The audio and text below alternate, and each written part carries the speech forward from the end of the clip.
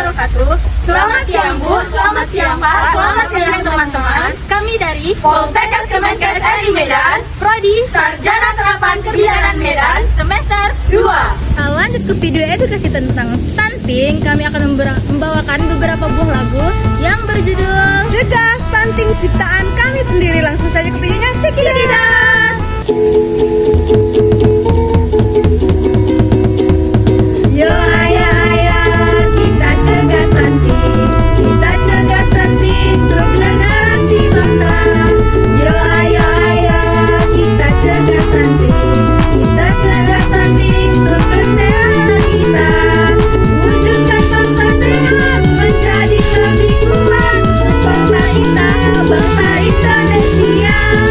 Wujudkan bangsa sehat menjadi lebih kuat, bangsa kita, bangsa Indonesia. Belakangan ini, stunting sedang hangat diperbincangkan oleh banyak orang, khususnya oleh para ibu-ibu. Nah, teman-teman pada tahu nggak sih apa yang dimaksud dengan stunting? Berdasarkan WHO, World Health Organization, stunting adalah gangguan tumbuh kembang pada anak yang disebabkan oleh kurangnya asupan gizi pada anak, terserang infeksi, stimulasi yang kurang memadai, dan masih banyak lagi. Tanda dan gejala umum stunting pada anak yang pertama ialah tinggi pada anak cenderung lebih pendek dibandingkan anak seusianya. Mengapa lebih pendek? Karena pertumbuhan anak itu terhambat. Yang kedua, pertumbuhan tulang yang tertunda. Dan yang ketiga, berat badan anak yang lebih rendah daripada anak seusianya. Peran dari tenaga kesehatan untuk mencegah stunting dimulai sejak masa awal kehamilan, bayi baru lahir, sampai pemenuhan nutrisi kepada anak. Dan apakah kalian tahu apa-apa aja sih peran bidan dalam melakukan penyuluhan, dalam memberikan edukasi kepada ibu hamil selama masa kehamilannya itu? Peran dari tenaga kesehatan dalam mencegah stunting salah satu di antaranya itu penyuluhan dan pemberian gizi yang baik untuk ibu hamil, serta melakukan pemantauan serta pemeriksaan kandungan yang sedang ibu hamil alami. Dan dari trimester 1 sampai trimester ketiga, kita harus dengan tegas meyakini bahwa ibu hamil itu masih bisa tertolong dan masih bisa untuk hidup sehat beserta janin-janinnya. Nah, apakah kalian tahu para tenaga kesehatan untuk mencegah stunting diantaranya harus memenuhi protein, energi, karbohidrat, lemak, dan mineral untuk kandungan ibu hamil.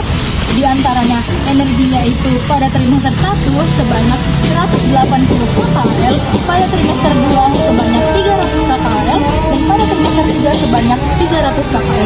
Semakin banyak energi yang dibutuhkan ibu, semakin banyak pula energi yang harus dipenuhi oleh ibu. Karbohidrat yang diantaranya untuk ibu hamil konsumsi yaitu jagung, nasi, gandum, dan singkong. Adapun protein yang dibutuhkan ibu hamil diantaranya yaitu ada telur, daging, ikan, susu, dan kacang-kacangan yang dibutuhkan ibu hamil agar tidak terjadi bayi stunting dan anak yang gagal tumbuh kembang. Energi dan mineral serta vitamin yang diberikan untuk ibu diantaranya vitamin C, vitamin D, vitamin K, dan kalium serta kalsium. Adapun mineral yang dibutuhkan oleh ibu diantaranya mineral dari mulai zinc, kalsium, kalium, fosfor, yodium, dan natrium. Nah, selanjutnya kita masuk ke dalam konsep pola asuhan yang baik. Nah, jadi di dalam konsep pola asuhan yang baik ini sangat erat kaitannya dengan cara konsep berpikir dari ibu dan orang-orang di sekitar dalam memberikan asuhan yang terbaik pada saat masa kehamilan dan juga pada saat perkembangan si anak juga nantinya. Nah, jadi dalam konsep pola asuhan yang baik ini sendiri juga ada beberapa hal tentunya dalam memberikan pola asuhan ini sendiri. Nah, kita masuk ke dalam konsep yang pertama. Konsep yang pertama yaitu sangat ketat kaitannya dengan pada saat masa kehamilan. Nah, jadi yang pertama yaitu memahami pentingnya memenuhi kebutuhan gizi saat masa kehamilan dan stimulasi pada janin ini sendiri. Nah, yang selanjutnya kedua yaitu memeriksakan kandungan pada saat kehamilan ataupun selama masa kehamilan, memeriksa kandungan kesehatannya. Nah, selanjutnya yang ketiga yaitu ini masuk ke dalam konsep memberikan asuhan yang terbaik pada saat si bayi sudah dilahirkan, ataupun di sini masuk ke dalam konsep di mana memberikan asuhan yang terbaik bagi anak, yaitu dengan kita memantau tumbuh perkembangan ataupun masa keaktifan di dalam tubuh si anak dengan membawanya ke posyandu di setiap bulannya. Nah, selanjutnya yang keempat masih di dalam konsep memberikan asuhan yang terbaik kepada anak, yaitu dengan kita melakukan IMD ataupun inisiasi menyusui dini agar bayi mendapatkan kolostrum ASI.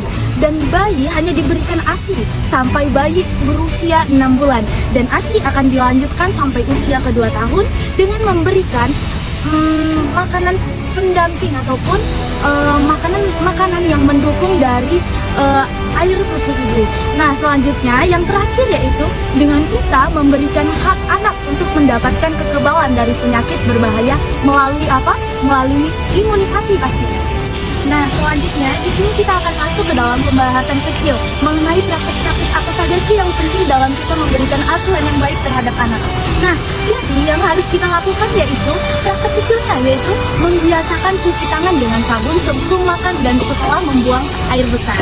Karena salah satu penyakit stunting penyebabnya adalah karena penyakit dari infeksi.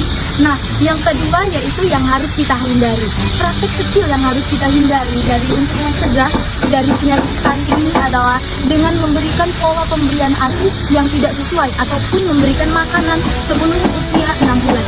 Nah, jadi untuk praktik dalam mencegah stunting ini sendiri, kita tidak boleh memberikan makanan di luar air susu ibu sebelum usia bayi kurang dari 6 bulan. Peran tenaga kesehatan untuk memberikan asupan nutrisi yang baik pada anak dimulai sejak bayi, balita, prasekolah, dan anak sekolah.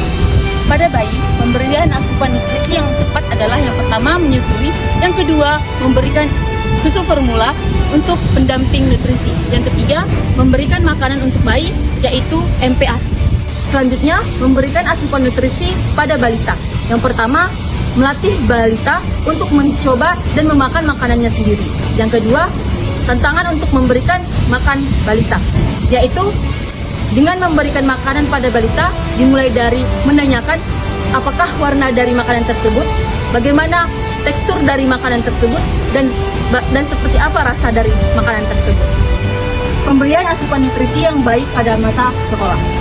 Yang pertama, sarapan pagi. Anak-anak memerlukan asupan serat, vitamin B, kalsium, dan nutrisi lain yang lebih tinggi seperti buah, sayur, protein, dan juga susu. Makan siang. Nah, makan siang ini penting juga karena memenuhi sepertiga kebutuhan nutrisi bagian besar anak dalam sehari, seperti karbohidrat, mineral, protein, dan lain-lainnya. Oke teman-teman sekalian, itulah video edukasi tentang stunting dari kami perwakilan dari Poltekkes Kemenkes RI Medan. Semoga video tersebut menjadi motivasi untuk kita semua dan menjadi hiburan bagi semua yang menyaksikan. Sebelum kami menutup video kami akan